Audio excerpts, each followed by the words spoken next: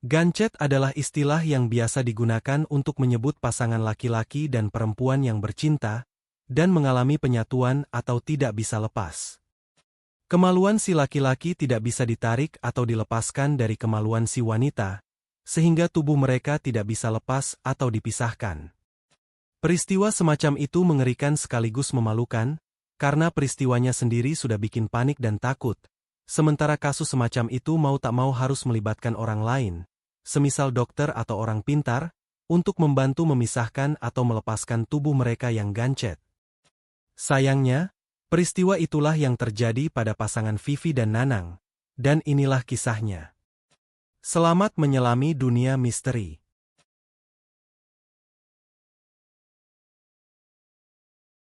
Vivi dan Nanang adalah teman sekampus yang menjalin hubungan sebagai pacar. Seperti umumnya sepasang pacar di kota-kota besar, Vivi dan Nanang termasuk pasangan yang bebas, dalam arti melakukan apa saja yang mereka suka. Kadang mereka melakukannya di tempat kos, kadang pula di hotel atau di tempat lain. Dalam suatu acara penjelajahan alam, keduanya bahkan pernah melakukan di perkemahan. Nanang adalah anak pengusaha kaya. Ketika ia kuliah di luar kota, orang tuanya pun mampu memenuhi semua kebutuhannya, dari kebutuhan biaya kuliah, biaya hidup sehari-hari, sampai biaya kos di tempat kos yang mahal. Nanang pun menjalani hari-hari kuliahnya dengan senang sekaligus bebas. Senang karena bisa kuliah di kampus yang ia idamkan, dan bebas karena merasa bisa berbuat apa saja. Berbeda dengan Nanang, Vivi adalah anak dari keluarga kelas menengah, dan orang tuanya bercerai. Vivi punya kakak laki-laki, namun kakaknya merantau ke Kalimantan, dan sepertinya tidak peduli dengan keluarganya. Sementara ayah dan ibunya tinggal di tempat berbeda karena bercerai.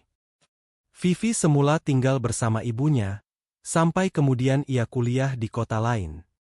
Di kota tempat kuliahnya, Vivi ngekos, tidak jauh dari kampusnya. Vivi dan Nanang dipertemukan di kampus. Mereka beda jurusan, tapi saling kenal. Sebelum menjalin hubungan dengan Nanang, Vivi sudah tahu kalau Nanang adalah playboy yang biasa gonta-ganti pasangan. Sebelum menjalin hubungan dengannya, Vivi juga sudah tahu kalau Nanang pernah pacaran dengan beberapa mahasiswi lain. Tapi Vivi tidak mempermasalahkan hal itu, karena dia sendiri juga sudah beberapa kali pacaran dan putus. Jadi ketika kemudian Nanang mendekatinya, Vivi pun menerima. Lalu mereka menjalin hubungan sebagai sepasang pacar. Vivi tahu Nanang anak orang kaya, dan sebenarnya hal itulah yang paling ia tuju. Pacar-pacar Vivi sebelumnya juga rata-rata anak orang kaya, yang ngekos di tempat kos mahal, dan mereka punya banyak uang karena kiriman dari orang tua selalu berlimpah. Vivi senang berpacaran dengan anak-anak orang kaya, karena hal itu bisa membantu menjamin kehidupannya di tempat kuliah. Selama pacaran dengan mereka, Vivi bisa makan dimanapun, bisa memenuhi berbagai kebutuhan kuliah, bahkan uang kos pun seringkali ia peroleh dari pacar-pacarnya. Sebagai timbal balik, Vivi hanya memberikan yang diinginkan oleh pacarnya, dan Vivi sendiri juga menikmatinya. Bagi Vivi, itu pertukaran yang menyenangkan. Ketika kemudian berpacaran dengan Nanang, Vivi pun memberlakukan aturan yang sama. Tanpa diminta, Nanang membiayai hidup Vivi sehari-hari, dari urusan makan sampai biaya kos, juga berbagai kebutuhan perkuliahan. Dan sebagai timbal balik, Vivi sering menginap di tempat kos Nanang. Berbeda dengan tempat kos Vivi yang bisa dibilang biasa, tempat kos Nanang jauh berbeda, khas tempat kos mahal. Kamarnya luas, fasilitasnya lengkap, dan privasinya terjaga. Karenanya, Vivi nyaman-nyaman saja menginap di sana, lalu besok paginya berangkat kuliah bersama Nanang ke kampus. Dan selama menginap di tempat kos Nanang, Vivi pun menikmati malam-malam menyenangkan bersama pacarnya tersebut. Suatu malam Jumat, ada acara konser musik yang diadakan di sebuah tempat. Grup musik yang mengisi acara itu terkenal, dan banyak mahasiswa di kampus yang tertarik ingin mendatangi konser itu, termasuk Vivi dan Nanang.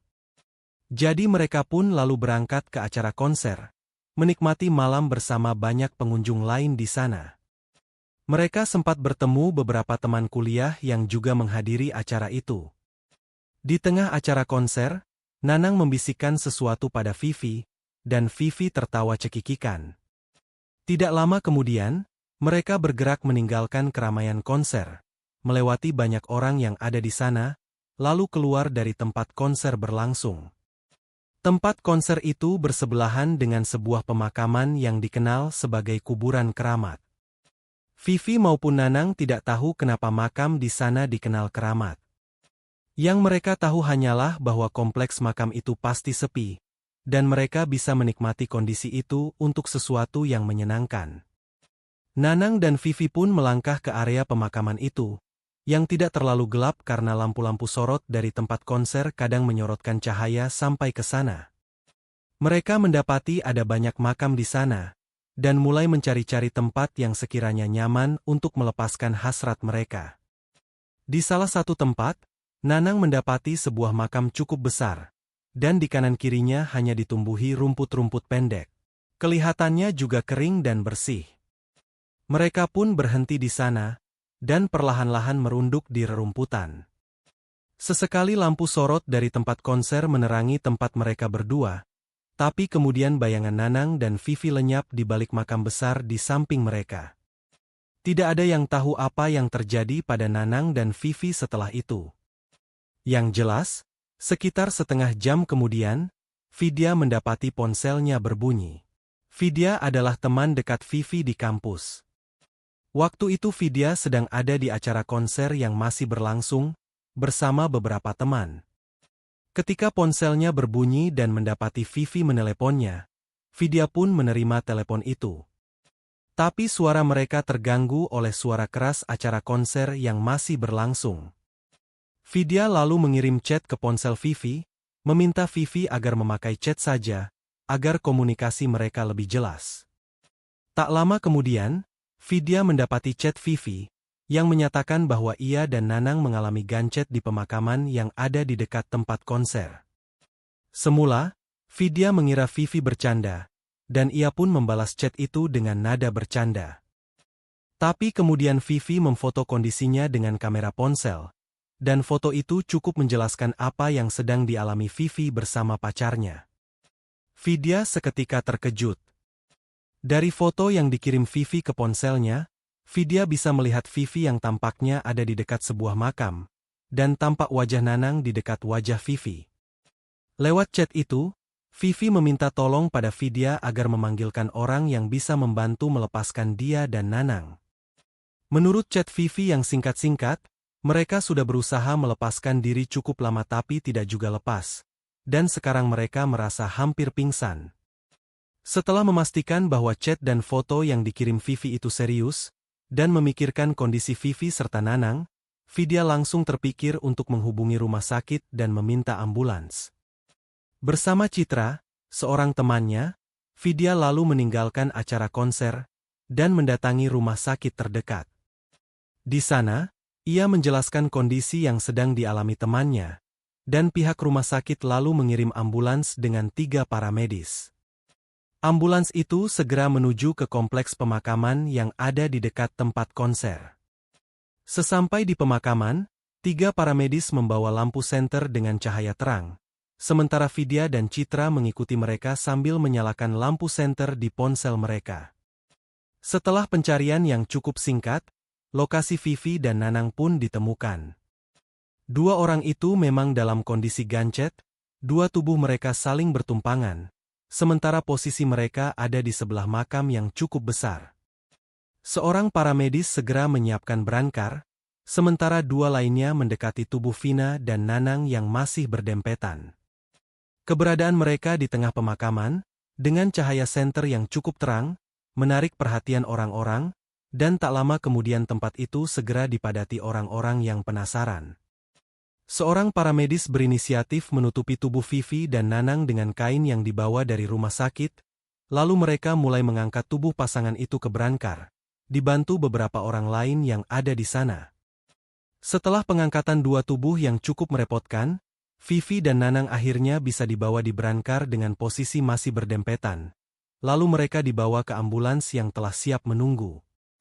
Vidya dan Citra menyaksikan hal itu, juga teman-teman kuliah mereka yang lain, yang telah berdatangan ke pemakaman tersebut karena penasaran dengan kejadian di sana. Vidya mendapati Nanang dan Vivi tampak berusaha menyembunyikan wajah, tapi posisi mereka menjadikan usaha itu tampaknya sulit.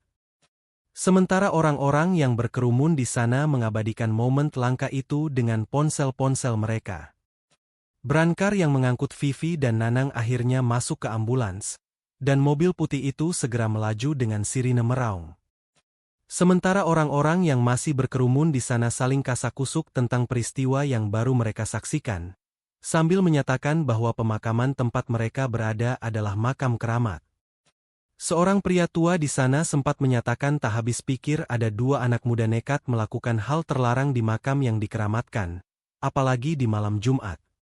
Di rumah sakit, tubuh Nanang dapat dipisahkan dari tubuh Vivi, dan mereka berdua selamat.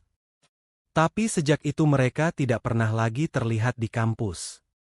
Vidya, Citra, juga yang lainnya bisa memahami kenapa Vivi maupun Nanang tak pernah lagi kelihatan.